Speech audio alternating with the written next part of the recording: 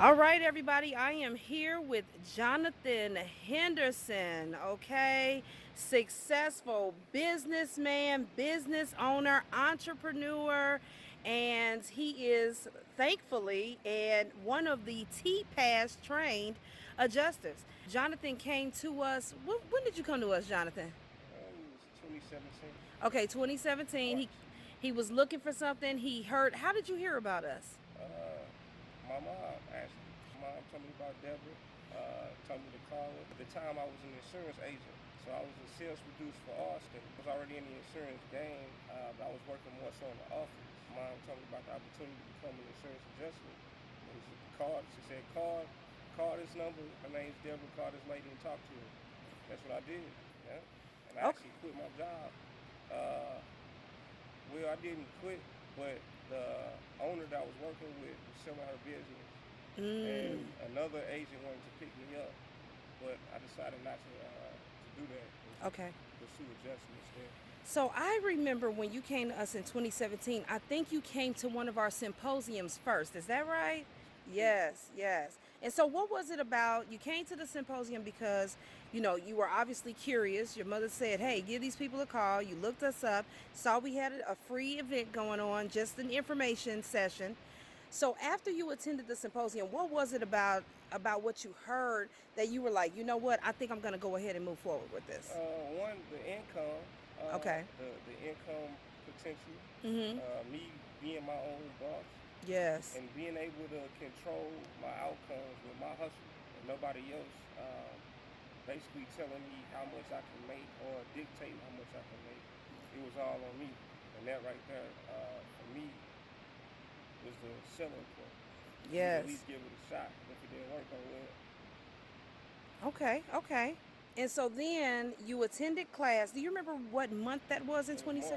March Okay. 2017. So spring of 2017. So we're in March right now. Yeah.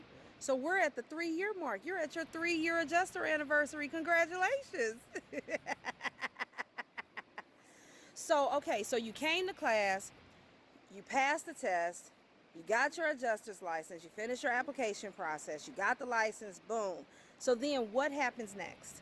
Well, you have to invest in training and certifications, and get on as many adjusting rosters as you can, because the more rosters that you get on, the higher probability that you have on getting a call to the court. So my personal experience, not to deter anybody, but just to show you a little bit about my determination, I was going against uh, a lot of people didn't really see my vision in the beginning. So I was invested more money than I got back. So I say I was like $1,000 invested in travel, getting my certifications, uh, my licenses and all of that. And I was leaving Vegas for it was, I believe, the Mayweather versus McGregor fight, and that's when Hurricane Harvey hit. So instead of me going to a property adjusting boot camp with Renfro, I ended up getting a call to deploy for Hurricane Harvey through Renfro. So for me, that was what I've been hustling for the whole year. So I got my license approved finally in May. I did some daily claims just to get my feet wet. I YouTube probably 100 videos. I got the call, and I never looked back since. So your actual first claims handling experience after you went through the class and got licensed, it wasn't actually a hurricane starting off. You started off, you said, doing daily claims. So how did you get that job with having no experience? Well, I called. So I saw it was a company. I was just using my LinkedIn. I was Googling adjusting firms, and I came across this firm, and I just gave them a call. And ironically, the adjuster they had in the area, called a DUI. This particular company didn't hire newbies, and I let them know out the gate that I was a newbie. I'm just looking for opportunity. They told me they don't hire newbies. They like to have people that's more established, but they was willing to give me a shot. And by them giving me a shot, I was able to work with them for about probably a month and a half, like 2 months. And after that, like I said, Hurricane Harvey hit, and that was the end of, that was all she wrote for me. Really, that was my beginning. Okay. That was really the beginning. It was rough. Give you a little bit about my Yeah. experience with that. I'm gonna be up front. You know, I drove. I only had a short amount of time to get to Austin, Texas for the orientation. Remember, had to fly in from Vegas, literally pack up everything that I can, and just go to Austin, Texas. That drive was a 14-hour drive. I literally drove throughout the night. And when I finally got into Austin, it was morning time. So when I got there, after driving 14 hours, I got there just enough and in time for the orientation. Wow. So I got no sleep. I went to the bathroom in a quick trip, changed my clothes, Hey. put my dress clothes, brushed my teeth, and I was gone. Eating peanut butter and jelly sandwiches for 2 weeks. You know, trying to save as much money as I can. I took in advance. I was one of those guys that I really didn't. It was tough in the beginning, but what I did was I just outworked everybody. I was one of the first adjusters in the office to get help before all the other adjusters got there. So I got like 2 hours with a trainer to myself.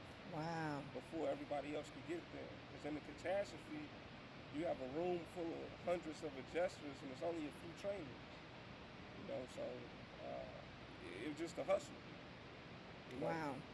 And I remember why I even took this opportunity in the first place. When I was in that environment, it just made me, grind even harder. Because I knew I didn't want to go back home. Right.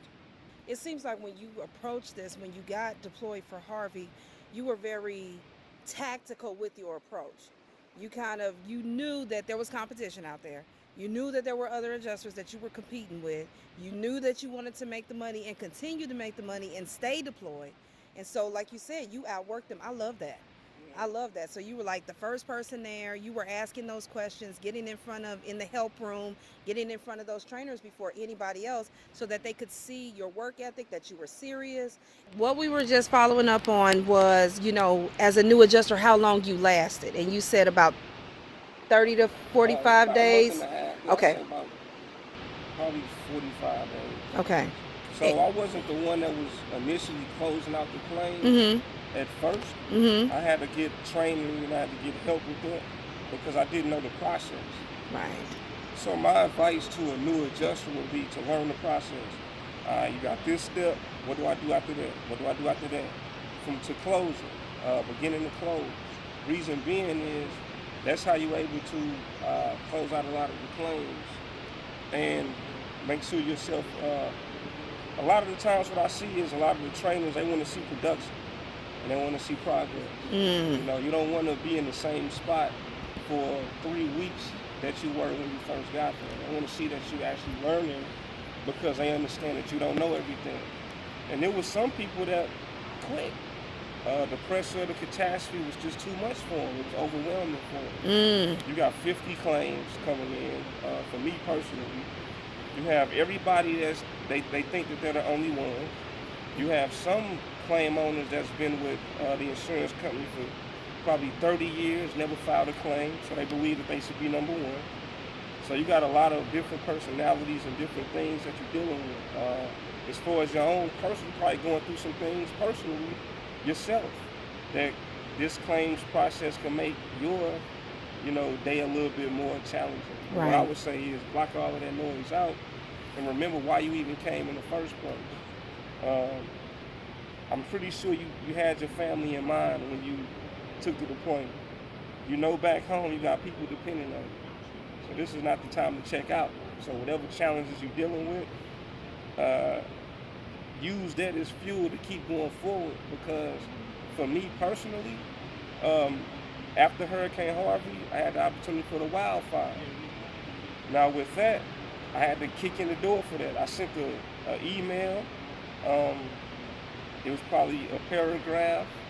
My particular story is I literally went from Houston to Alabama for a hurricane assignment, and during the orientation, it was for the wildfire.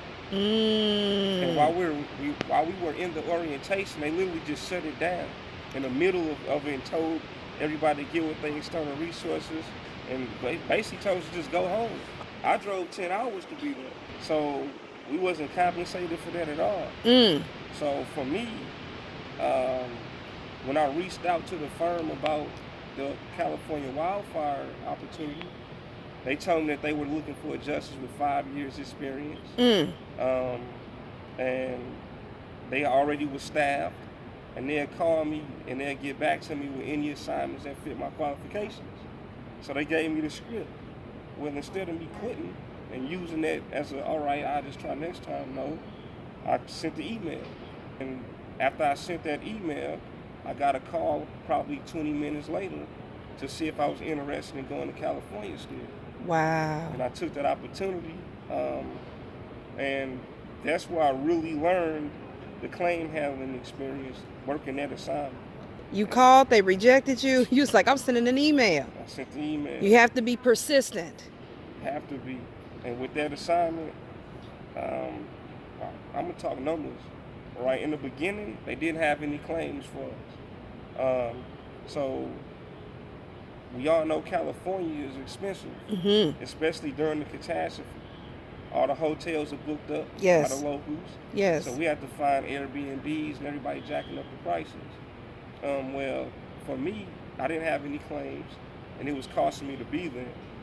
And I told my trainer, you have to be straightforward with him. I said, look, it's costing me a lot of money to be here. If I Right. don't have any claims, I could go ahead and just send it home, because it's costing me more money to be here than I'm making. So they said, okay. Next day, I ended up getting 3 claims. I know that's right. Now, this is how those 3 claims, the importance of those 3 claims. I had an opportunity to be a part of the cleanup crew.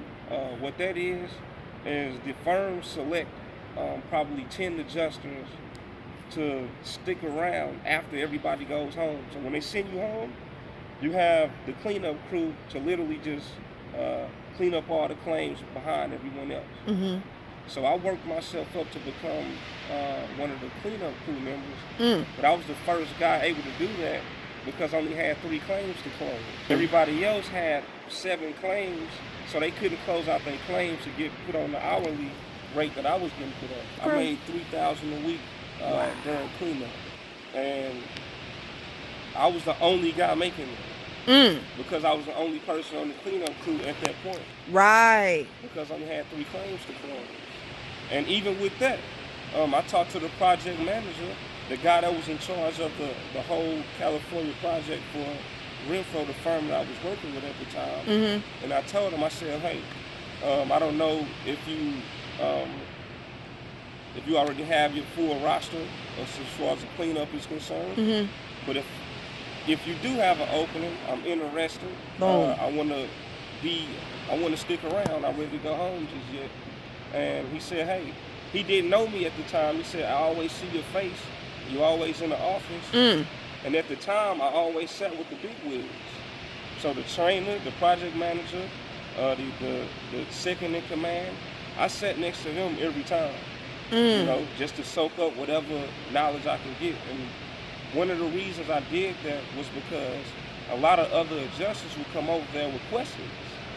By me sitting right next to them, I was learning the same processes that they were getting. Yes. You know? And like I said, they didn't know me, but they knew me by face. And I was myself. I never kissed butt at all. You know, and that's one of the things that I want to hone in on. Don't be a kisser. Nobody likes that. Right. They want you to be who you are.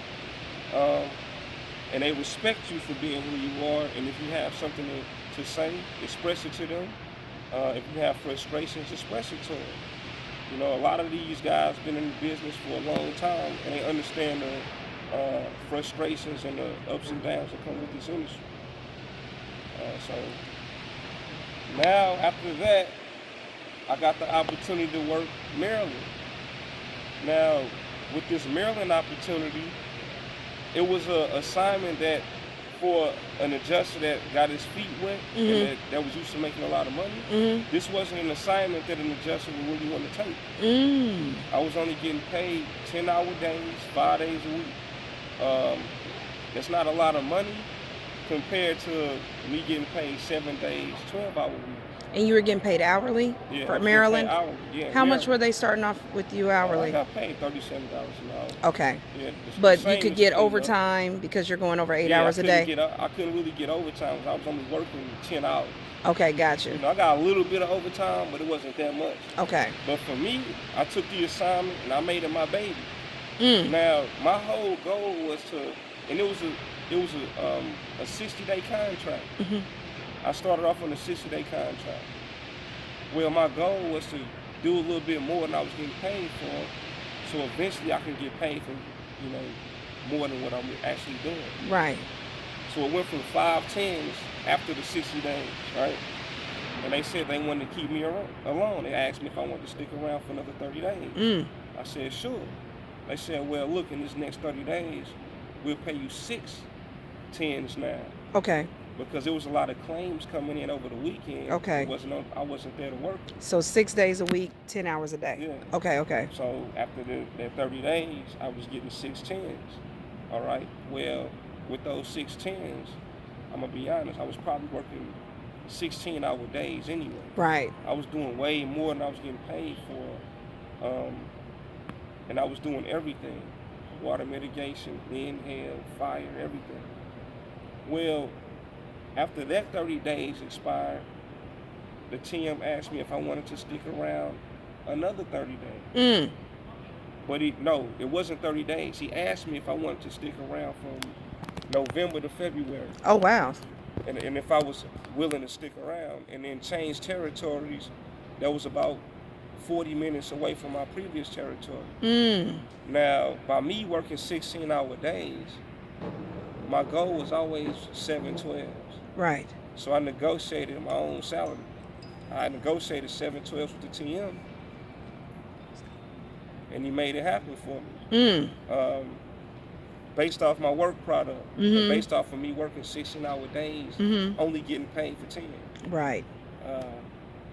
Sometimes I was working on Sundays and wasn't getting paid to work Right.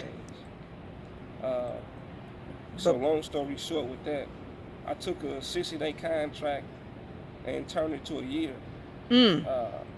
I was working for probably almost 2 years, a year and a half. Wow. You know, so I mean that's pretty much my story on that. Yeah. And what I would like to end this off with Uh-huh.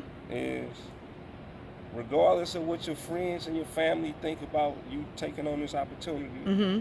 it's really about what you think that you can do. Because I'm gonna be honest, I didn't have the support that I would have thought that I would have had in the beginning, Mm-hmm. because it was my vision. They didn't see my vision. I have a degree, and they figured that, you know, you didn't have to have a degree to do this. Mm-hmm. But while I was working on this assignment, I used my degree in different ways, and my networking, and Yes. talking business, being able to interact with these CEOs on these jobs, Yes. public adjusters, attorneys. You have to deal with a lot of different people, and if you have an educational background in marketing and business, that helps you with this opportunity. All right, so yeah, I just ended off with that and cut.